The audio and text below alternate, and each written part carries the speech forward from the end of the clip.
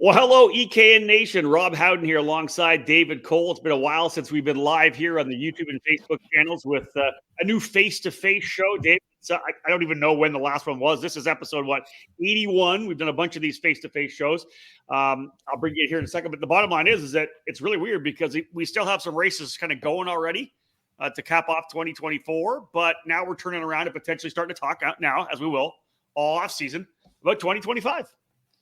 Yeah, we're in that transition period of looking ahead to 2025 because, as you said, there's still a handful of events, some important ones, some big ones to come up that we'll be attending over the course of the next month or so, and then internationally as well too. A number of big events to cover before the 2024 calendar closes.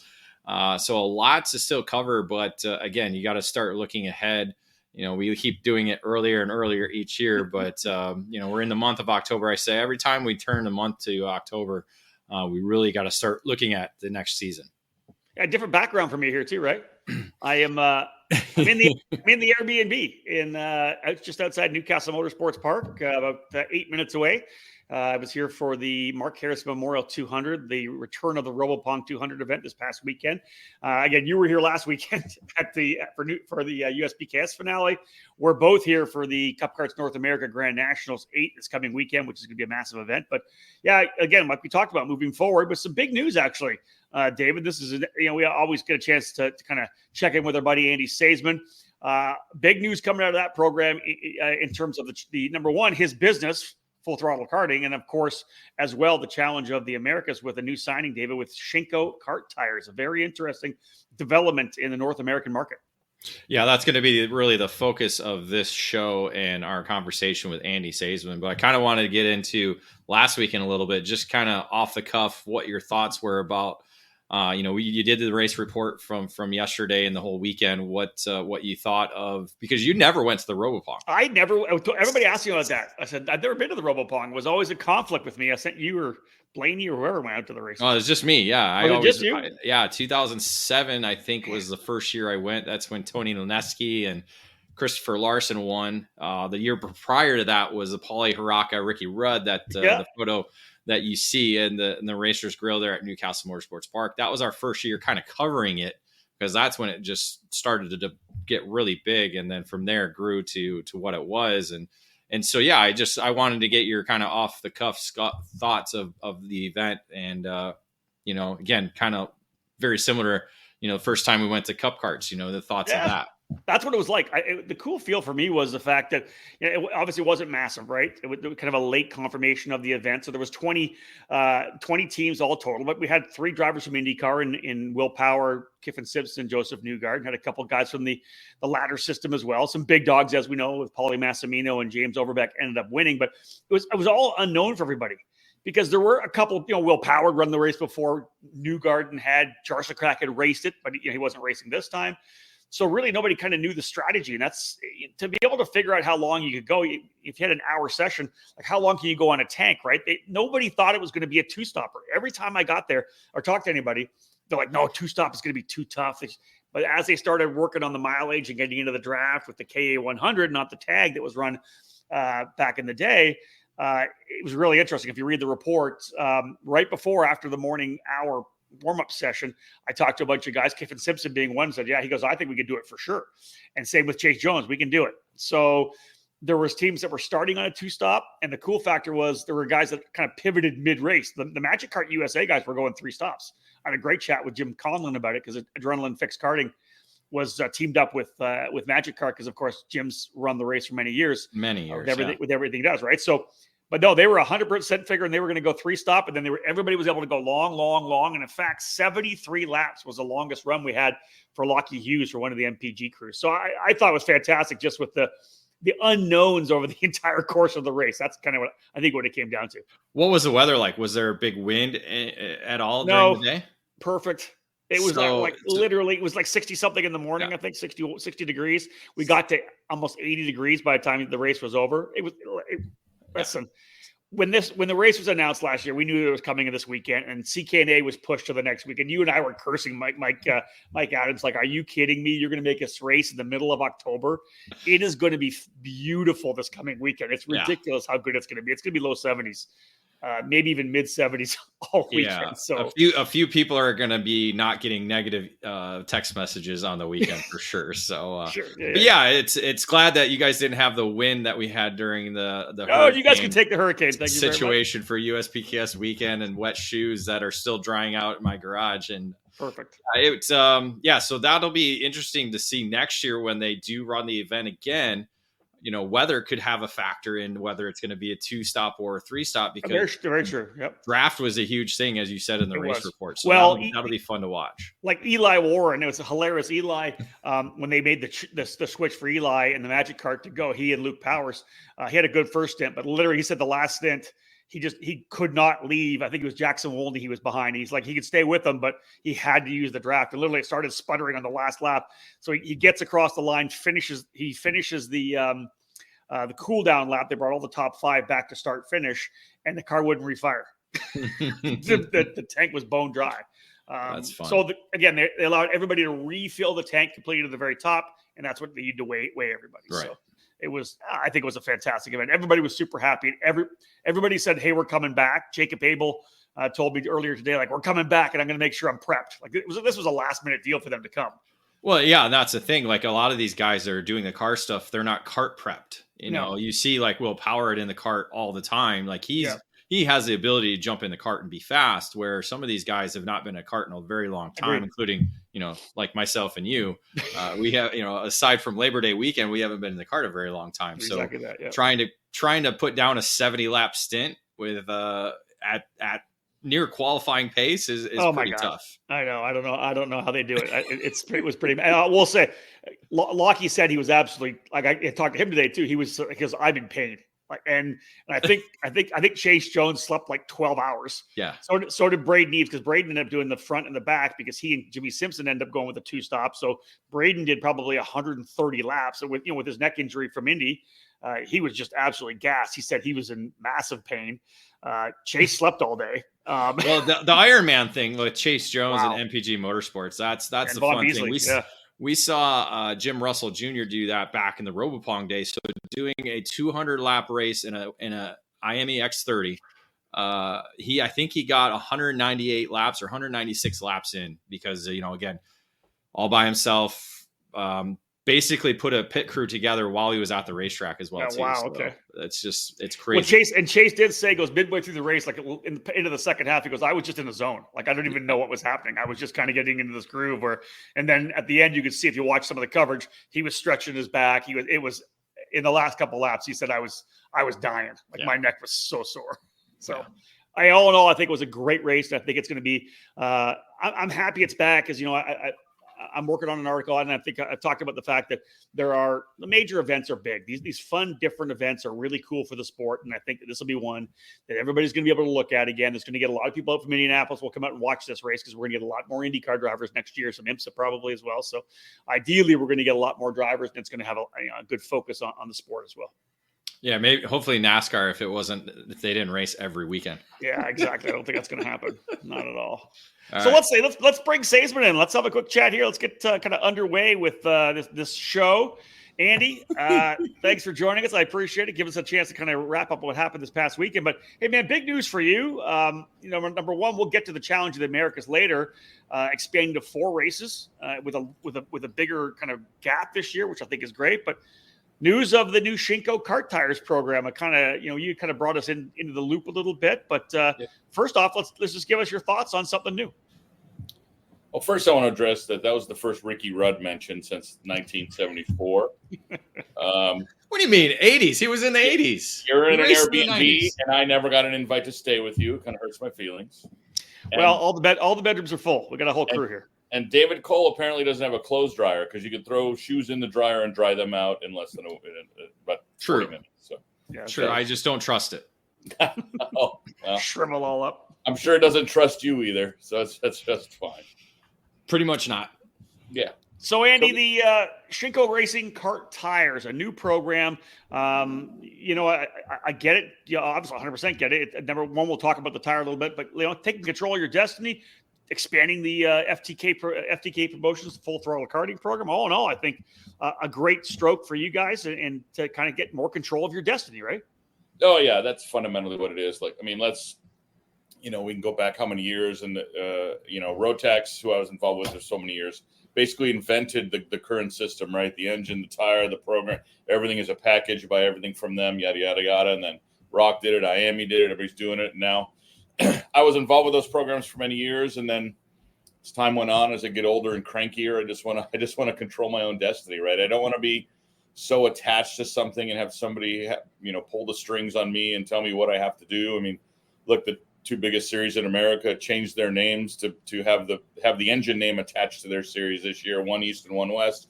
So the manufacturers have a ton of control. And like you said, fundamentally, I just at 54 years old, I want to control my own destiny for the next X amount of years, right? And one thing I think is interesting is obviously as we kind of dove into it, when you gave us some information, you could talk a little more about the whole Shinko tire program. You made a visit over there. You and Sean Beer made a visit to the factory, but it's a CIKFIA tire. It's been radar. I realize that. That's here. Nation called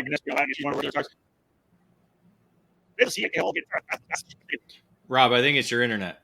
Yeah, and I didn't know if it was him or me, but you're faking. Yeah, it's your internet. It's all right. All right. Go back. Yeah, we're all in different internets. Yeah, catch back up. Oh, so I talked about that. Was a CIK tire. That was the one big thing for me. That's your major point. So I'll address that. Let you see if you can do fix yours. Well, somehow I fixed mine 2 seconds ago. So yeah, I mean that's a big thing. That puts them in a different conversation. I mean, obviously. We talked a little bit about it in the press release, but Shinko's been around for over 50 years, right? They've been in the motorcycle tire, the bicycle tire. They've done kart tires for several years. They did some OEM work with Continental Tire. Their tires are on Kias and Hyundais, at least in the spare tire department, as far as Korea goes.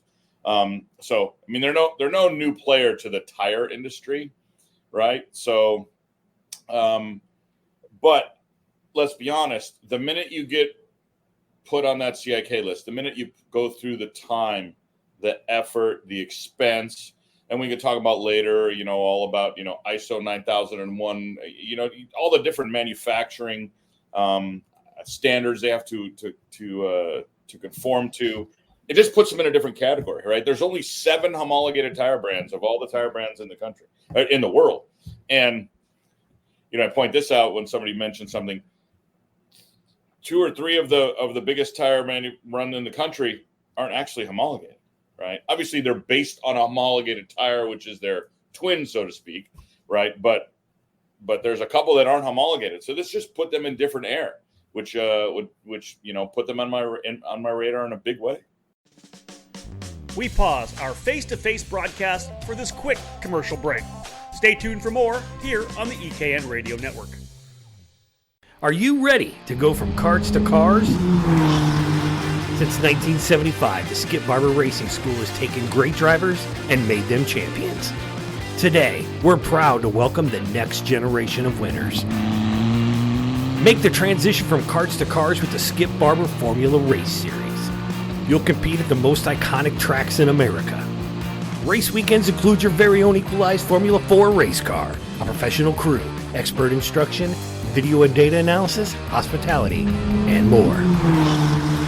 This is the place to fulfill your dream of becoming a champion. Sign up today by calling 866-932-1949 or visit us at skipbarber.com.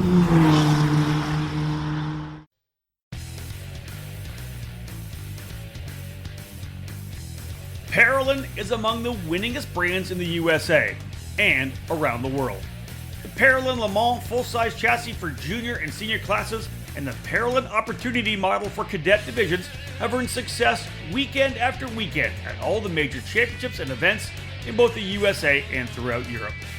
The Parolin chassis lineup also includes the Invader shifter, along with the Daytona 4-cycle chassis and the Delfino Kid Kart. Carters can head to the ParollinUSA.com website where the entire chassis line and parts are available to you, with shipping available all across North America. Parolin USA partners with several companies and race teams across the country to provide a strong dealer network to represent the brand locally and at the national level to support drivers throughout North America. Get on the chassis that's winning. Drive a Parolin. Welcome back to Face2Face on the EKN Radio Network. Do you want to talk about, kind of run us through the lineup of tires? If that's what we want to do, that early. Yeah, let's do that. Like, again, I love the fact, let's use this to educate everybody. This is a good opportunity for those who have tuned in. They're going to be able to come and see this on the YouTube channel or on Facebook to kind of learn more about it. You're the one that's diving into it. You're the one that's going to know which brands or which models. You're going to name some models you're going to bring in. What do you have as a lineup, and where are you going to put them in terms of categories? So they've been a great partner for sure already. So I mean, when you build a CIK tire, you always have to have a prime, an option, a wet, and sometimes a cadet, right? That's usually in the lineup, right? So the cadet, though, we never use in the U.S. because, as you know, the European rules, they use a 4.0 front and a 5.0 rear. So that kind of always, that cadet tire is always, it's never with us in North America, no matter what the brand. We tested the prime, we tested the option. We realized that the prime was what we needed for our program, which is similar to the other tires that are out there in the market. Similar speeds, similar, maybe a little bit longer usable life to them. And then I started to work on a 4-cycle tire because, as we know, the 4-cycle, the business and the opportunity is huge in the United States. I mean, it's a huge. I mean, look, I will be at the same race. All three of us in 2 days will be at a 600 entry 4-cycle race, right? So, so they made what was called a sport tire, but they never made it in a 6.0 because the 6.0 tire is a unique American thing, right? They don't exist in Europe. They don't exist anywhere else. So they had to build some molds for me and try some new things. And then they even made a harder tire. So they had a breadth of compounds, right? So, we went out and we tested, 5 different compounds. We went to several tracks. And, we got to the point where the prime was good for what I needed for challenge and what any really 2-cycle would need. And then we know that 4-cycle clubs and organizations come from 2 different places. You have some that literally run the hardest tire you can find on the market that's impossible to mount and last 7 years. And then you have the clubs that run a super soft tire where it's basically almost a 2-cycle tire where you have to put on tires every single race, right? And I didn't want either of those extremes. I wanted something in the middle. And then, so what we settled upon, which was the SHS 63, which is their green, and the SHS 72, which is their black. But I wanted to name them. So we sat down, we came up with the name Performance for the green tire and Endurance for the black tire. Okay. Which kind of lets them stand out in the market, right? Because you have some clubs that they're gonna want a little softer of the 4-cycle tire, and some are gonna want a little harder of a 4-cycle tire. And then obviously we have a wet tire. So for challenge, we're going to run all the big kart classes on the prime, and then the cadets on the green, which is the performance 4-cycle tire green, which is a lot of programs will do that. They run the cadet and a little harder tire. So if anybody has any questions they want to bring them in, we have a couple up here. Let's drop the first one in here from Extra Kart Parts. Andy, question for Andy: distribution. What's the program for distribution right now? I mean, right now, we basically, I have, 20 some odd dealers already based because of the Vega program, and obviously goes back to Levanto. Yeah. Teams that have been associated with Challenge, West Coast teams where I handled the Bridgestone and then the Levanto and then the Vega, right? The first 2 with Rock and then the Vega on my own. So for right now, obviously those are the first 2 programs, the first level of program. I'm working with a couple of tracks. We're not ready to announce yet. I'm going to let them make their announcement first to their folks before I make the announcement, but we'll piggyback on that. So we have a couple of tracks kind of in the Intermountain region here that are ready to make the switch. And then after that, I'll just work on a distribution plan, right? I'm the importer, so I have the ability to kind of control that how I want. You mentioned doing some testing. Here's one from NorCal Carters. Can you name drop any of the teams or drivers who tested the tires for FTK? I don't care to. that always causes problems within the industry, right? I told you this Yeah. story, and I'll address it again in a minor level, right? So, well, so and so got an advantage because he tested a tire. Yeah, he did a day in June at a configuration at a track we don't run, and I took all the notes. I didn't let the teams make any changes to their carts, and I took the tires home. So, if a team feels like they didn't, they're disadvantaged to that. I mean, we literally changed tire pressure. If you can't figure that out in 20 minutes, you probably should. I was going to say it shouldn't take very long. Shouldn't take very long. Things in. Like I said, we didn't touch the carts. All we did was touch tire pressure. It was more about longevity and lap time. I didn't care what it really did. I wanted to know where that level was, how long it could go, what's the usable life of the tire, what the grip level was compared to existing tires out there. So all that stuff is really, it doesn't matter. So a couple of things. You said June was when you first started testing the tire, so that you were introduced to it before you made that trip over in August to kind of seal the deal and make everything. What were you testing? Just things that the compounds they sent over to you, like different levels, or was it just one compound that they gave you and was like, here you go? No, we did. I did 3 different batches of a few different compounds. Like I said, I did 3 different tracks. Mm-hmm.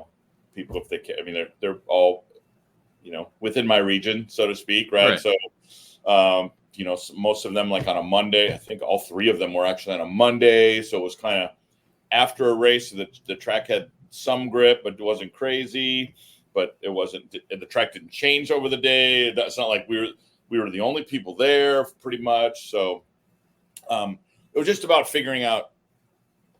Okay, this tire fits, but it's too hard for what I want it to be, or it's too soft for what I want it to be, etc. So, like I said, they've been very great for me. Build a couple different compounds. We've even talked about these compounds are great for them, but they're talking about as this.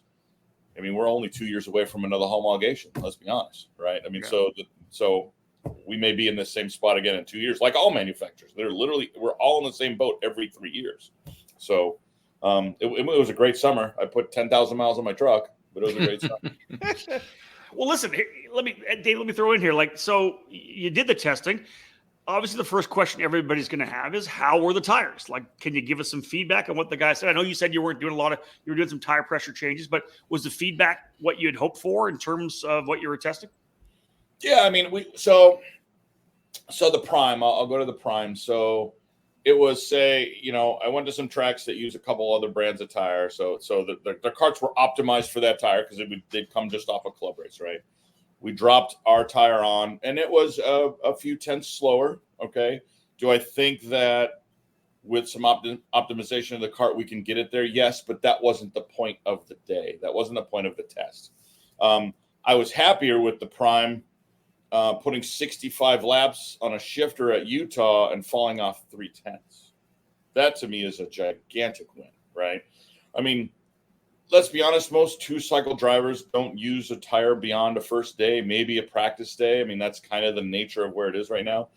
But you got to at least get that. You can't have the thing, fall off in 10 laps. You can't have a tire that after 10 laps is 4/10 down, after 20 laps is 8/10 down. We can't be there. And this is certainly not that. It has a much longer usable lifespan that we've found.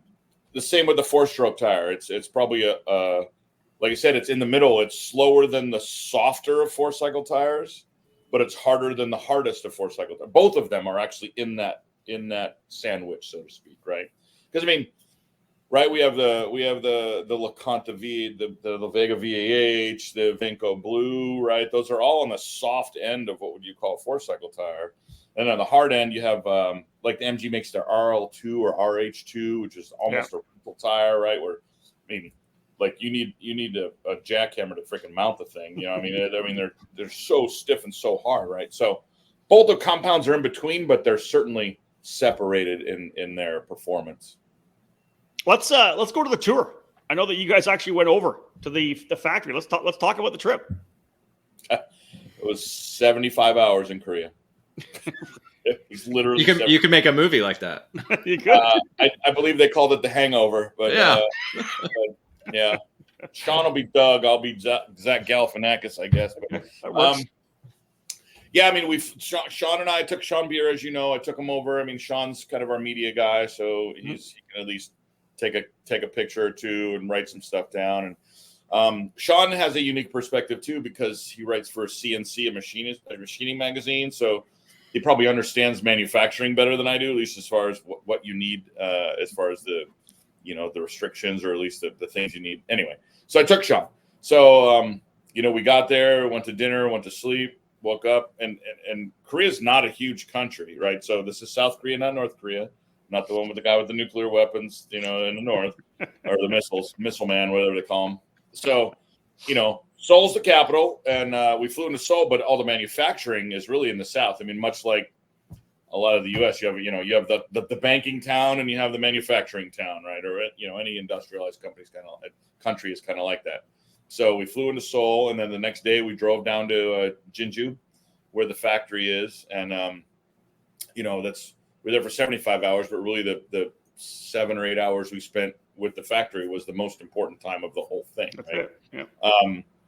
The two different factories, they have the older factory that's been around for 50 years. They've built a new one where they have all the raw materials and all the mixing of the raw material. It's beautiful, right? Except for the fact it was 100 degrees and 97% humidity.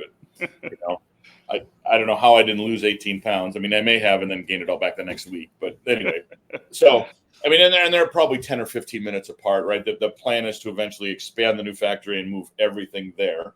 But I mean, look, those factories have 300 employees. I mean, it's a gigantic business. So we went there, had our meetings. We sat down, to give you the brief. I'll jump ahead of you, right? Shinko's been around for 50 years, been in motorcycle, bicycle, etc. Karting is a subsector of what they do, but it was important enough to have 6 people of the management team sit in front of us and have a meeting. Yeah. I mean, we weren't talking to the janitor and a sales guy. Like we had, I mean, you saw the picture. There was literally 6 people across the way with all the charts and figures and talking about production levels and everything else. So I mean, it's a huge deal. I mean, it was big. I mean, obviously the next day, then we kind of made our way back and did some touring and some other stuff. But that was really the biggest part, the most important part of the trip for me, right? We pause our face-to-face broadcast for this quick commercial break. Stay tuned for more here on the EKN Radio Network.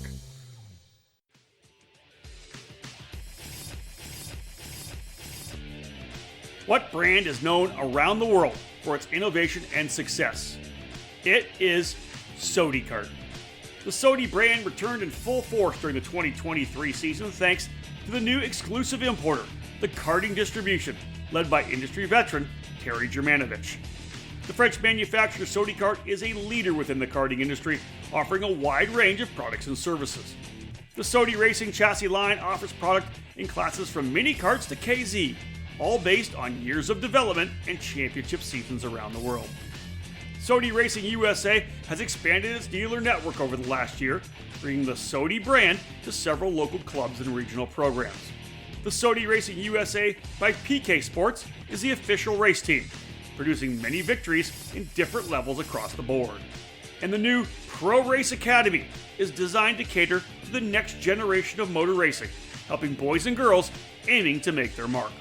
Visit Sodi-Racing-USA.com to learn more about SodiKart chassis or call 954-634-5111 to become part of the Sodi Racing USA network today. SodiKart, the world leader in the karting industry. Made in the USA. It's not just a statement, it's the mission at Factory Karts of America. Led by 4-time Supernats champion Billy Musgrave, Factory Karts manufactures their frames completely in-house at the Riverside, California facility. Built and designed from the ground up specifically for the American karting market, Factory Karts brings new innovations and solutions that are long overdue. Factory Karts bring together the highest quality materials to produce a high-performance, long-lasting kart that has been designed and perfected from 3 years of development, with a focus for a big push across North America in 2023. No other karting manufacturer stands behind its product like Factory Karts does, providing a 2-year warranty on all their frames. Do you remember when American made meant innovative, original, stronger, faster, and just plain better? Well, American made is back. Contact Factory Karts today to join the American made movement. Learn more by visiting factorykarts.com or email Billy anytime at info@factorykarts.com. Welcome back to Face2Face on the EKN Radio Network. Yeah, I think one of the key things you're talking about is the fact that it seems like there's a really good working relationship. You know, they seem very willing to work with you in terms of, hey, what do we need to do? What do we need to evolve? Whether it's coming up with the compounds you want, working on some of the branding as well, the marketing side of it. It just seems like they're obviously very, very open and very willing and maybe even excited to be able to work with you and this market. Oh, for sure. I mean, you know, so my point of contact is Nick. Don Mugli, but he goes by Nick, as many Asians have a kind of an Americanized name. And Nick is an XF3 racer, right? Nick's a racer, right? Yeah. I mean, his last race in Europe, I think Nico Rosberg won the championship. So I mean, like he was kind of at the bottom end of the field, but he was still in that rare area, right? F3 still F3. You still have to figure out how to race the car, right? Yeah. So my point of contact there with the factory is Nick. So you already have a racer that's been working on this program in Asia, right, for some years. I don't know exactly how long he's been with the company, et cetera, but you get the point. So you have that, and then you have the manufacturing guys, the marketing guys, and everything else. So, I mean, it's a big deal to me to have that relationship, and he understands racing. It's not just a guy putting out tires. He understands racing. He understands the consistency issues, the performance issues, all the things we go through as racers that are way more important than just, you know, a tire that gets puts out for consumer use, so to speak, right? Okay. Is their ultimate goal to maybe be part of the World Championships or something like that? Long-term goal, do you think? Yes, absolutely. It's going to take ramping up production, right? I mean, you can't go from this to this to this to this, right, overnight. But I mean, you know, the interesting thing to me is, from what we know over here from our former program, they were the official tire of the Rock Philippines. So you already had a major program worldwide that took on their tire as their tire, right? A program that usually doesn't license anyone else to do their deal for them, right?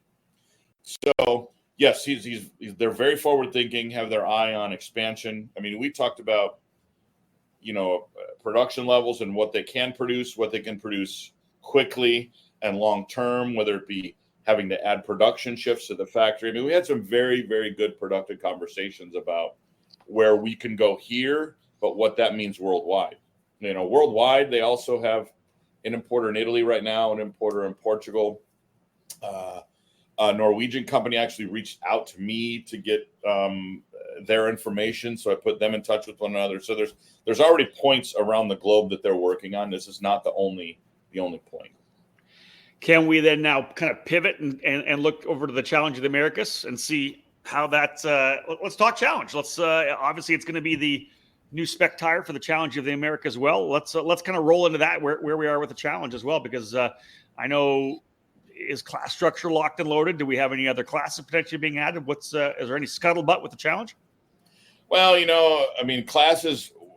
I mean, we tried OKN last year. I just don't know what to do. I had one father reach out to me about OKN again for next year, and it seems like I mean, we all know the predominance of 100cc and for the whole country, but it seems like the West Coast, anything beyond 100cc, that people they just don't want to race. I just don't. I mean, I looked at the entry to Rock Vegas this year, this yesterday or the day before, and it's like the GP classes have very, very little participation, right? It's all 100cc. And we've slowly seen that with the Miami stuff too, where there were 50, 60 X30s, and now they're in the 20s, right? I mean, whatever the series is, you're kind of seeing that strength. And the West Coast is kind of ahead of that curve. They've almost, like, except for maybe Pad Holder and a couple other small places, there's no 125 participation here. Would I love to add OKN?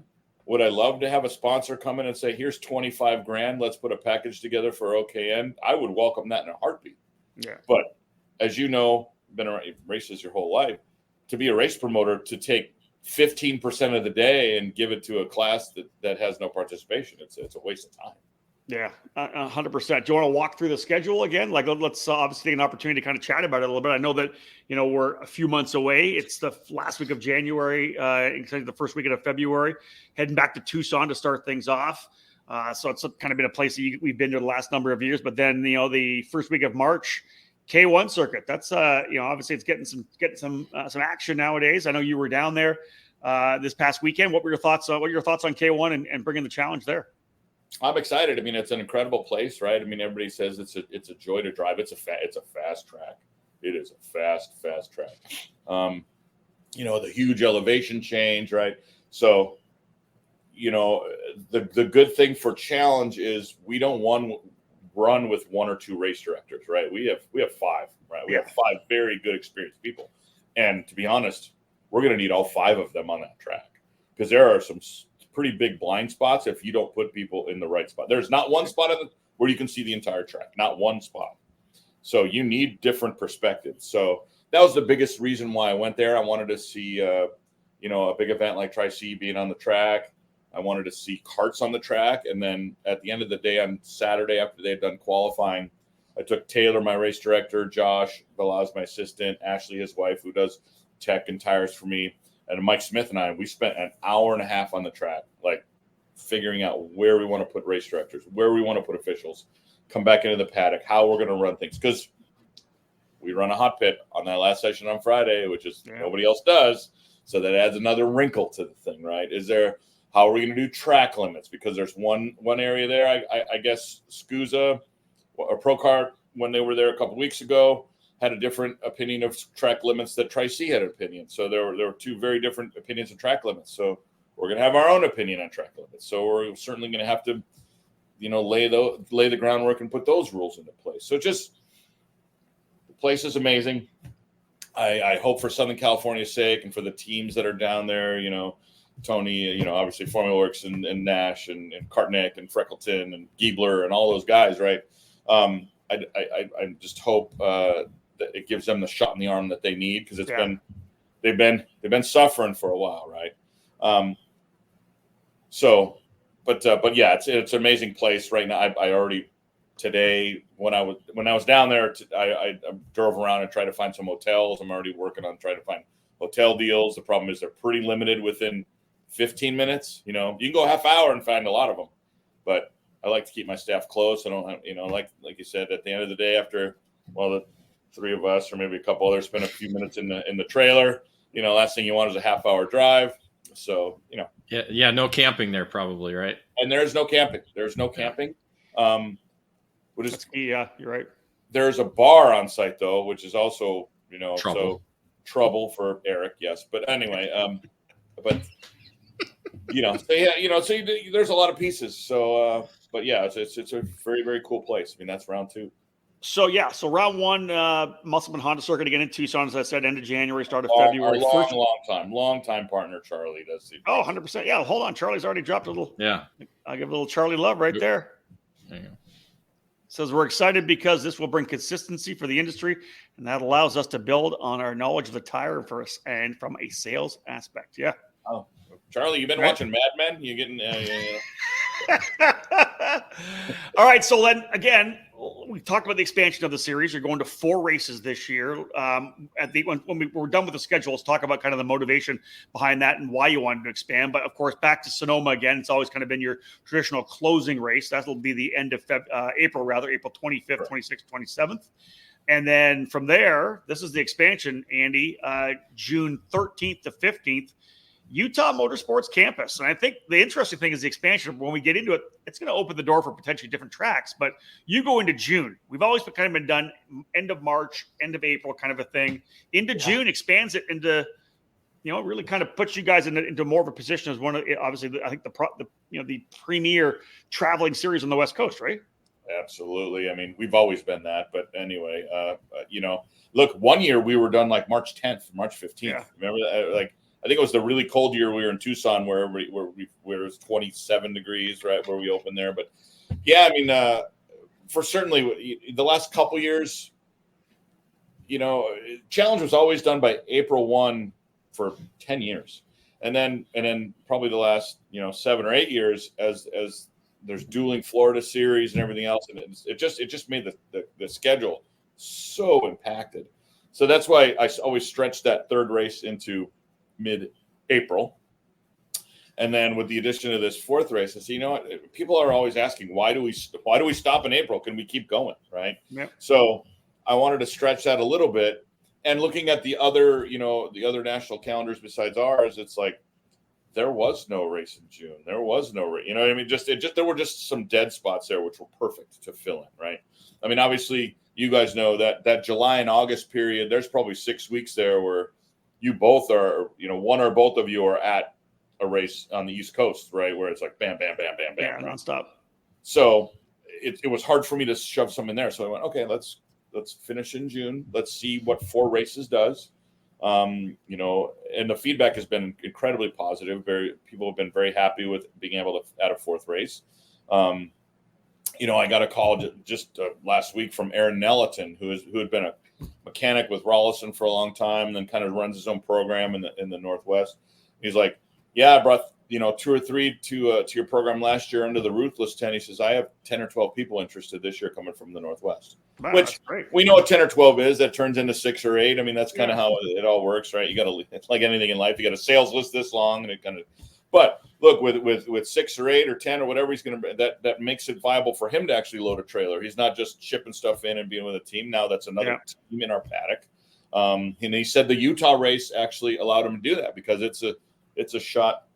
Oregon to Utah is still, 12 hours, but it's not 30 or 40, right? Yep. So gave his people a bigger program to come to. We pause our face-to-face broadcast for this quick commercial break. Stay tuned for more here on the EKN Radio Network. All over the karting world, everyone knows OTK is the gold standard for quality and performance. In the United States, OTK USA is the source for all things OTK.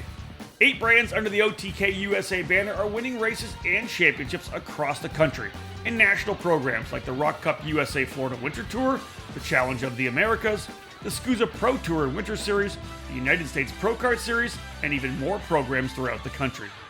And OTK products are also front and center on the podium of club and regional races from coast to coast. Tony Kart, Cosmic, Esprit, EOS, and Red Speed have been joined by the Gallard, LN Racing Kart, and CS55 brands. To learn more about a specific product line or to find the OTK USA dealer near you, visit otkusa.com.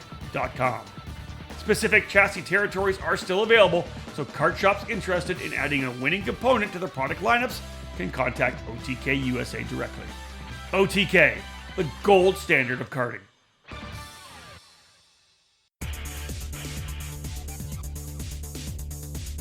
In racing, experience is priceless. Franklin Motorsports is a leader in the karting industry, and with over 30 years of combined karting experience, we can provide you with everything you need to go racing. With a large online product selection, select track support events, and a wide variety of shop services, Franklin Motorsports is your complete karting source. Check out our online store at franklinkart.com, where all of our products are just a mouse click away. We continue to add to our growing product selection on the online store, and we ship daily to ensure products get to you quickly. We specialize in IAME engines, tilt seats, the Ceramic product line, Driveline branded products, Briggs & Stratton engines, Smoker performance sprockets, OTK products, AIM, MG tires, and of course, the championship-winning Merlin chassis. In our online store, you'll find a variety of items to fill your karting needs. Franklin Motorsports is also known for our wide variety of services and is home to Innovative Engine Works by FMS, our in-house engine service department. Frame straightening, kart prep, and dyno testing are all services offered regularly at Franklin Motorsports. Be sure to stop by the Franklin trailer during the United States Pro Kart Series events as the official trackside vendor. For all things karting, visit franklinkart.com.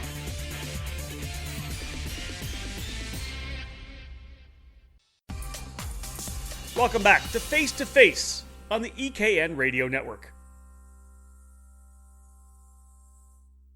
So again, let's just ask some people. I'm sure people would ask, what was the primary motivation for it? Was it a lot of feedback? Was it you said, hey, listen, I need to expand this program right now, or was it feedback from people saying, as you said, hey, why are we stopping this thing? Was it kind of a lot of feedback from the paddock? Feedback for sure. Admittedly, with a little self-criticism, I was always afraid to expand. I thought, we had our little niche, and it was perfect in the winter, and the other guys controlled the summer. And we were good, and they were good, and everybody's well. Now every organization raced from freaking January to September now. So why should I not be that way? I mean, what's the difference? We need to give our West Coast customers a reason to stay West Coast. And I don't, I could take a shot at guys, but I mean, there's the programs right now are focusing on everything east of the Mississippi. There's 2/3 of the country that's being ignored. After April. So it was an easy choice to make with the feedback that I've gotten. The hard part was asking my staff if they can handle it, because that was gonna be my next question. What did the staff say when you said we're going to 4? My staff have real jobs. Mark can only leave so many times, right? I mean, Taylor owns his own contracting paint business, right? Mark builds all the stores and remodels all the stores for Arizona Tile. Shelby's in charge of all warranties for Kia International Business. I mean, these are people that have careers. These aren't, I'm not insulting anybody else. These are people that have careers. So using their PTO to come work for me is probably not a highlight, even though I'm amazing. But so, yeah, I had to kind of clear it with them. And there's going to be some struggles. I think there's going to be a few races where you're going to see a person or two missing that are going to be able to fill in. So now my job is to kind of expand our crew. Maybe we get, we're going to have to expand by 10 or 15% to be able to suck up missing a person or two at each race. But, that's part of the deal. But yeah, as far as the customers and the teams go, they've been asking for it for years. I've just been, slow to do it. Listen, let's be real. You had tried to do some summer programs. We had tried to do, the Summer Fest and the race up at Pat's Acres. They've been asking for it. This is kind of bringing it right to a 4-race program. I think is a great idea. Now, here's the one thing I like is, again, this is the question that kind of begs to be asked now. It's been kind of a California-Arizona series, right? That's where we've been. We went to Cal Speed when we were there at the Arizona tracks, up to Sonoma. Well, now we're into Utah. That begs the question. We got some other tracks coming. Like, what's this 2026 look like? Do we think about a Colorado? There's we've had that conversation already. You know what I'm saying? Obviously, Greg and Todd and Ian and his crew over there, they're already like, hey man, when's our turn, right? Which I don't blame them, right? But admittedly so, they said, look, they're working on the containers and stuff this year. They have gigantic. I don't know if you've seen the building plans they got put together. I mean, you have a massive infrastructure build they're putting together next year. So it's like, yeah, let's talk about 26, right? So, in the end, I'm pretty lazy. I'm fine with the Rockies this way. I have no problem with it. And heck, when was the last track built? I mean, but until just recently, right? We had Moran, maybe Centennial the first time, right? But after that, we hadn't had a track built in the West for how long? And now all of a sudden we have K1, we have Colorado circuit back online. It's like, holy cow! And then the Vegas circuit that's being built at Pahrump, Spring Mountain, right. So all of a sudden it's like, well, we have some tracks. So that's gonna hopefully it'll breathe life back into the West Coast. Obviously, as long as I have good relationships with the folks that run them, which I really do. We have a lot of options, right? As you know, the biggest impact for us is when we start. So the weather seems like we're always gonna start in Arizona and Southern California, right? The weather is going to impact us coming to Utah in February. Yeah. But certainly it does open us to a big geographic area and new tracks. Absolutely. Don't forget about this one. There you go. Yeah, that's Spring Mountain. Rob said it. Yeah, I saw that, and I actually messaged with Curtis Cooksey because I think the acceleration kart kart racing staff actually went out and banged some laps out there at Spring Mountain. And Yeah, listen, they're looking to open. We just got an email. I think it said Yeah. October 17 is when they're going to start to do rental carts and opening up the racetrack. CRG dealer. They're going to be a CRG dealer, and they've got CRG rental carts. That's fantastic. And listen, By the way, again, speaking of Colorado, I mean, he's on board. Oh. If he can find his children, he's on board. Oh, David. He only lost one. He didn't lose That's both. right. It was already one. And he was she was in the trailer anyways. She was, yes. That was the year he went 6-0. The only thing he lost that year was his daughter. Oh. Got you in. I'm here all week. Tip your waitress. Yeah, exactly. We say it because we love you. That's absolutely. No, it was fun, man. It's been good. We have a lot of options, and I'm excited. I mean, so when does registration open? Let's go. I know, right? Just like David said, man, we're October talking about next year. Do you remember when we didn't even have to release schedules till October, November? Now guys are releasing their schedule in April. It's like, come on, man, really? We wouldn't even be talking about the KMI Kart Expo yet. Exactly. At the end of February, right? At the end of February, middle of February. That's right. No kidding. No kidding. We typically open up the first week of December, somewhere in that first week. I mean, obviously, we give folks a long time to enter that first event, and then I typically close the first event pretty early because of all the massive early logistics planning I have to do. Kind of first event kind of sets the tone. Yeah. And somebody called me last year, why'd you close it so early? I said, well, it opened 7 weeks ago. Did you not think about it? Like, you could have registered 6.5 weeks ago, right?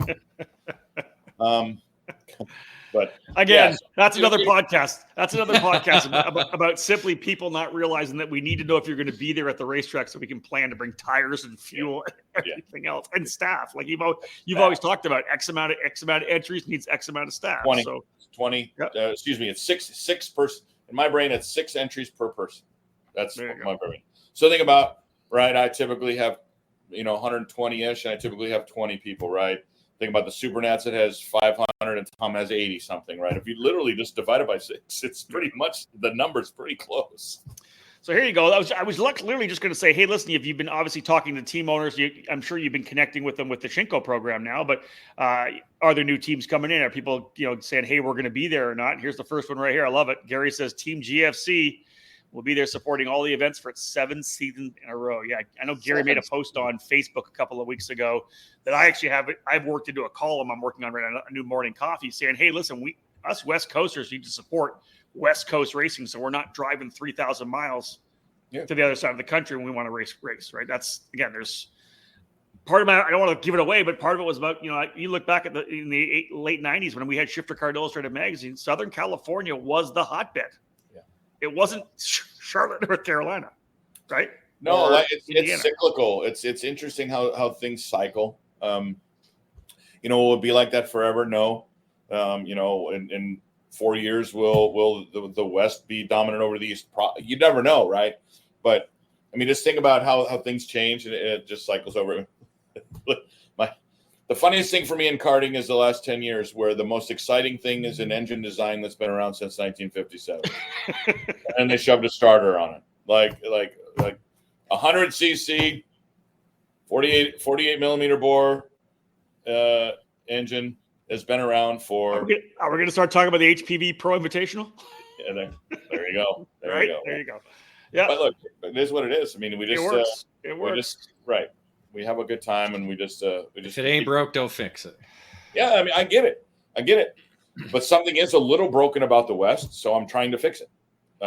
Listen. Well, and that's probably a lot of things that are kind of out of our control, don't you think? Because it's kind of like a society kind of thing where, I mean, you left California. A lot of other people are leaving California. It's it's a lack of tracks too. Come on, it's lack of tracks. So now, and like you talk with Billy Musgrave of Factory Carts and other Southern California, like they're excited. They can't wait for this K1 circuit to be open every day of the week so they can go with a potential customer, go there, take them out on the racetrack and sell them a cart same day. Right. To where you have to, we have to drive an hour and a half for you to try this cart out. That's essentially kind of the problem. And we talked about it earlier, is like, Spring Mountain's going to do the same thing for the Vegas area. Like it's going to, even though it is a 45-minute drive, at least there's something going to be there where let's not kid ourselves. So's K1. Yeah. K1's a fair ways out, but look, that's the factor of what how much land is expensive, right? Right. Same thing. It's the same thing where I am in Ontario. It's a 30 to 40 to 45 minute drive, or an hour and a half for anything I go to from where I live. Right. If I'm going to for a small percentage of the people, right? If people in Southern California go surfing, you still got to drive 45 minutes to the beach. Still got to drive an hour and a half to go skiing. You still got to drive 2 hours to go camping. So it's still got to drive an hour and a half to go ride your motorcycle in the desert. It's the same. Yeah, very true. Andy, anything else you want to hit on here? We've had asked some more questions. Not really much coming up here. Anything else you want to hit on before we wrap this one up? We're almost 48 minutes in. Well, but the first 17 minutes you talked about the thing, the race at Newcastle. Fantastic. And your Airbnb and David's wet shoes. So we're not stopping. We had to come. Listen, we had to intro in. There's things to talk about. We haven't done this for a while. You were at least patiently waiting. We wanted to make sure your internet stayed on board. That's true. Really, that's what it was. And then Rob's went wonky on it. Yeah. No, I don't know what happened there. No, it's good. The big, you know what? To really wrap this up, and I really want to spend a few minutes on this, is something that we talked about with Sean today, as far as the quality of the product, right? So unfortunately, you have some folks that, I don't want to say uneducated or whatever, that immediately go, "Oh, I heard you got some Chinese tire," and they get wrapped into this thing. And I guess what people don't realize is how Western and how developed Korea is. I mean, Korea, if you literally look at like all the statistics about the standard of living, Korea's up in the upper of all countries in the world. They do whatever. Income levels, right? And obviously the United States is 1, 2, or 3 income level. Then you have a lot of Western countries, France, Spain, Italy, Korea are all on a level. And then, Brazil's like way at the bottom. And then, so you have, different, income levels. You have, everybody has every other, not us, but have Samsung phones in their pocket, which are made in Korea. They have LG appliances in their home.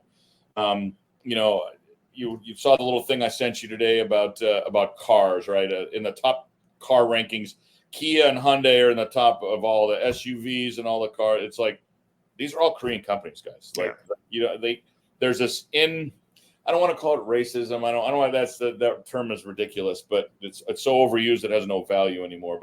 But people need to recognize that there are other manufacturing countries that make good products, and this is one of them. And I just want to get over that, because I have had a tick of that come back from a few folks. And it's not a Chinese company. It's a Korean company. It made in Korea. I stood there at the factory in Korea. They've been around for 50 years, and they build very, very high quality products like a lot of other companies that are in that same country. So I think, we touched on the fact that they adhere to the highest standards of manufacturing worldwide, as far as ISO 9001, as far as CIK, what they have to go through for that. So this is not some fly by night. I didn't just call and say, "Hey, make the Andy tire," right? I mean, I'm selling the house brand. I didn't just invent a brand made by some factory somewhere. This is their brand that they put out for the world, and I'm proud and happy to be a part of that brand. Well, there you go. That's good stuff. And again, we're going to see it in action, not only at some club level events, but Challenge of the Americas kicking off at the end of January. It'll be a big debut. Absolutely, it will. Absolutely. Andy, thank you, man. I appreciate you taking some time for us. Thank you, and I'll see both of you guys in a couple days. I'll be here at Newcastle. Oh, you'll be at the Airbnb. I wasn't invited. Do you remember when I had the Airbnb in the 2012 Rotax Nationals? I invited you guys over for dinner. We can go for dinner, except for the fact that the races go till 10 o'clock every night this weekend. Then you better get Alicia cooking. Yeah, that's happening on Wednesday night. You can come over. Thursday night. We're having Thursday. spaghetti. Wednesday is Mexican. Wednesday's Mexican. Yeah. Thursday's. You're welcome to come over. Yeah. Okay, so you have a Mexican cook on Wednesday and Alicia on Thursday. Restaurant, I thought. No, we're going to Newcastle. Yeah, we're going to go with the big margarita bowls. Yeah. I haven't been to Newcastle since 2010. It's been a while. The shoe was painted red back then. I don't know if it still is. Well, it's was it Utah colors? Yeah. No, not Utah. What? Nevada. Nevada colors. I'm colorblind. I can't tell. It's blue. Maybe New Mexico. I think it's blue. State. No, like University of Nevada. I thought they were blue, right? Isn't that blue. what I was coaching? I went by it earlier. It's blue, I think. I stayed there last week. It was blue. I thought it said it was Nevada. Maybe I'll look up. Did I dominate you in basketball there, or did I just follow you a lot? I think you followed me a lot. Well, it still worked. It was effective. Yeah. Andy, listen, we will see you. You're going to get the wrenches out. You're going to be working on Falcone's cart for the CKNA Grand Nationals. We'll see you there. I'm actually going to be spinning the spanners. Boy. Well done. Thanks a lot, buddy. Appreciate it. Thank you. See you later. So, David, big news, as we said. We talk about a lot of different manufacturers that we have here in the tire market, whether it's MG with the MG Avinco, Vega, Levanto, Hoosier, all the different tires that are used here. Add a new one to the game, and that's Shinko with Full Throttle Karting, Andy Seesemann. That's going to be part of the Challenge of the Americas. It's not coming in soft. Let's put it that way. It's coming in with a really good program that's around for a long time, and with a promoter that's been around for a long time as well. We did have a question, and I believe this is when do you expect it to be available to the public? I believe it's November, Andy, if you can shake your head yes or no. Yes, it's November. So there you go. He's still in the camera, but down below. He's still hanging out in the green room. Yeah, he's in the green room. We'll come back and chat with him after. So there you go, David. A good opportunity to talk to Andy, talk about 2025 already, a new product, as I said, but already talk about the new season, expanded 2025 schedule for the challenge. Lots of racing going on next year. Yeah, it's going to be a new era, literally, again, for the challenge and something new and exciting. And again, their goal is to bring this international tire to the U.S. and kind of open people's eyes about it. And it'll be exciting to see how it performs on the racetrack and obviously the feedback from all the teams and competitors. And exactly, we'll probably hear more about it once people do get the tire, but we won't see it racing until basically when the challenge starts at the end of January. That's it. Yeah. Well, folks, thank you so much for tuning in to another edition of Face2Face, episode number 81. There's lots more coming when we get into the off season. We're going to have more time not being on the road as much as we have throughout this season. It's been a wild one through 2024. I think I'm 24 events. What do you do? I think you were 18 this year, or will be 18 this year. We're going to have a little bit of a break coming up, which is nice. Not a long one. No, we'll have. It's not really a break when you have to prepare for the Super National. So that's yeah, that's true. Yeah, that's 3 weeks. People don't realize how much work goes into even Wyatt Lloyd, who thinks you work part time. Yeah, the part timer. Yeah. What does David do for full time work? Yeah, I just saw the photo that Deskins put up of us all together from last year's Super Nats. So he's yeah, it's great to be standing next to a part timer. That's it. Yeah, just phoning it in day to day. Phoning it in. Folks, thank you again so much. We appreciate it. Lots more to come this year. We got lots of interviews lined up, of course, face-to-face. We're going to talk to probably a lot of our series promoters, how they did in 2020-24 and plans for 2025 like we did today with Andy Seesemann for the Challenge of the Americas. But stay tuned. Lots more to come, as always, here on the EKN YouTube channel. Thanks again for tuning in. On behalf of David Cole, my name is Rob Houghton.